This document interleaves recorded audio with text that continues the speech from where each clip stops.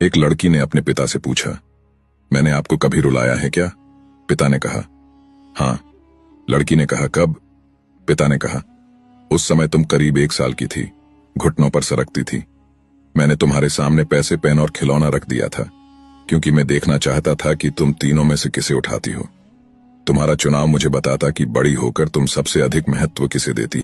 जैसे पैसे मतलब संपत्ति, पेन मतलब बुद्धि और खिलौना मतलब आनंद। मुझे सिर्फ तुम्हारा चुनाव देखना था। तुम एक जगह स्थिर बैठी उन तीनों वस्तुओं को निहार रही थी।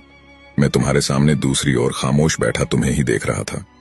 तुम घुटनों और हाथों के बल सरकती, आगे बढ़ी मैं अपनी सांस रोके तुम्हें ही देख रहा था, और क्षण भर में तुमने तीनों ही वस्तुओं को आजू बाजू सरका दिया और उन्हें पार करती हुई आकर सीधे मेरी गोद में बैठ गई।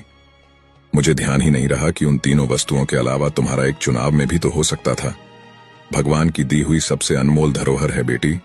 किसी पिता ने क्या खूब लिखा है, हमें तो सुख में साथी चाहिए, दुख में तो मेरी बेटी अकेली ही काफी है। वीडियो पसंद